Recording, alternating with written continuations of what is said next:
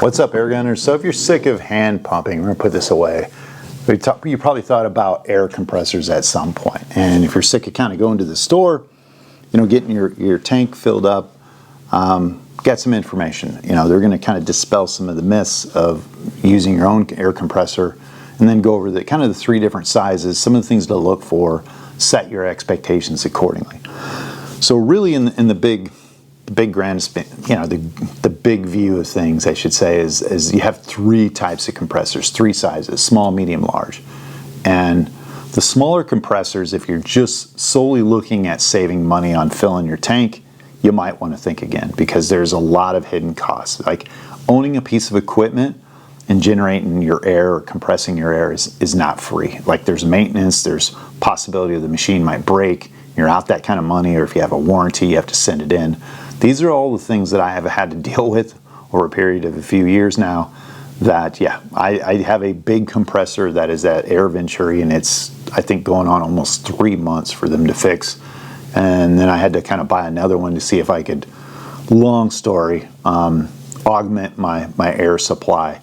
And that's the reason why I love 177, because it gives you a lot of shots and you can still have fun on a minimal amount of air. And that's where we're going to go with the small compressor. Now the small shoebox compressors, $400 to $1,000.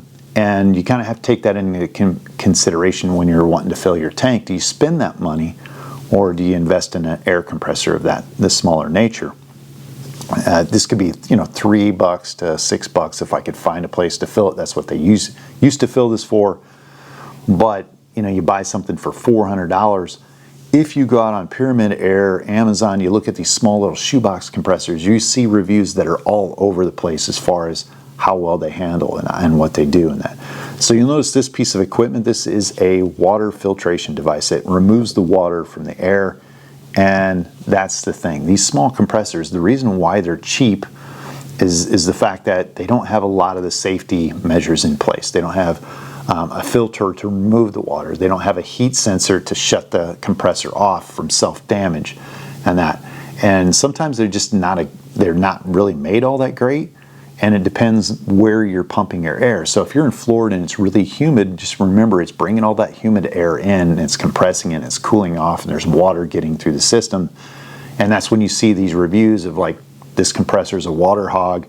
Guys have opened up their guns and they see rust inside of their valves and everything else, because the compressor didn't really remove the water.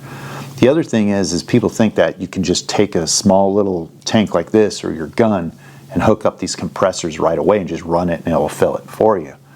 But there's really no like shut off PSI on them that it automatically shuts off for you. The other thing that these small compressors, they don't really have an active cooling system. They don't have radiator fluid or water or oil. They're really just have a little bit of synthetic oil or some silicone grease or something working with the pistons, and they get hot very quick. So you have to manage the heat on them. You have to feel the compressor, see how hot it is. A lot of times you run it for 5 minutes and then shut it off. And if it didn't fill your gun or didn't fill your tank, you got to kind of depressurize everything and then run it over again. So for instance, a tank like this little tank's not a big tank, but it would, a little shoebox compressor like I think there's a couple, I'll point to a couple pictures.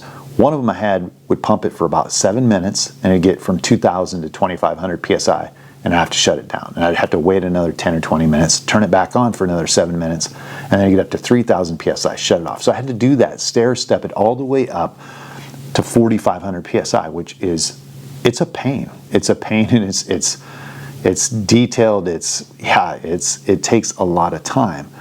So that's where the middle-sized compressors come in. The mid-sized compressors take all that information, or take the sense, it reads sensors in the heat. It's got a little bit better water extraction system, and it shuts down the compressor when it gets hot.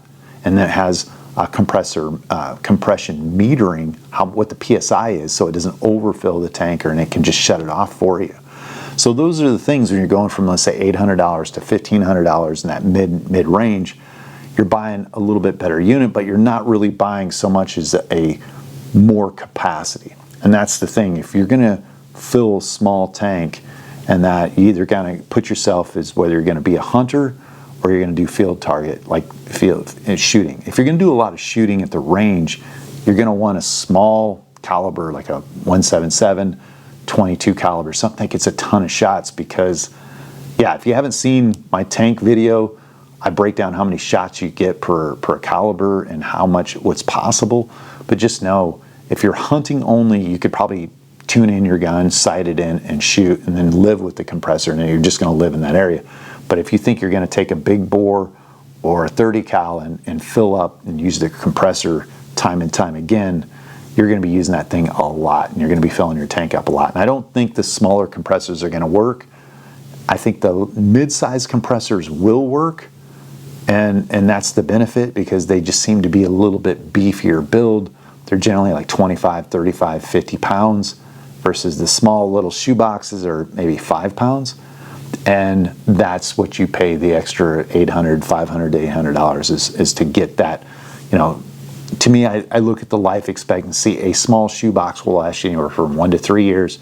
A mid-size will last you probably 3 years to 8 years, 5 years. And then the bigger ones will last you however long you want to take that gamble. I guess it should last a long time for the expense. But yeah, and that's it. You know, the mid-size ones, they kind of run the same gamut. They have to shut off and on to fill the smaller tanks or the guns, and they're not really good for big tanks. Some of them are, but a lot of them aren't, and they have to cycle back and on. The large compressors are the ones that are, you know, $1,500 to $7,000. Now those, to me, there's this saying, you know, go big or go home. This is kind of where I feel like, you know, looking at it, because I had a mid-size compressor, the EC 3000, and it just wouldn't do what I expected to do. It was constantly overheating. It was blowing a fuse when it was recycling. Had a bunch of issues. And my bigger compressor, my bigger Air Venturi, was in the shop the last 2-3 months, and I needed something. And luckily, Pyramid Air took my mid-size back. But the bigger compressors are a one-shot deal. You can fill up anything like 74 cubic feet tank, 98 cubic foot tank in one shot. You set it, you dial it in at 4,500 PSI, you turn it on, it runs for 30 minutes. It's got water, it's got you know, synthetic oil, and it just runs, and it fills up the gun for you. And it doesn't matter. That at that point, in my mind, you can shoot a 177 all the way to a 72 cal Zeus or something like that. And you have big tanks you can run. So it's kind of like, for me, go big or go home, because I've tried the smaller ones and the mid-size ones and compressors, and they're okay. But if you just have 1 or 2 guns and they're a smaller caliber, you could probably get away with just a smaller, cheaper compressor if that's the way you wanted to go. If it was me and I was getting a ton of shots from an air tank, I would take in my bigger tank, and that could last me almost like all summer. If I was shooting a 177, I'd have like 8,000 rounds or something in that. But if you're going bigger, or you want to just do a jillion shots, you might want to go with a bigger compressor.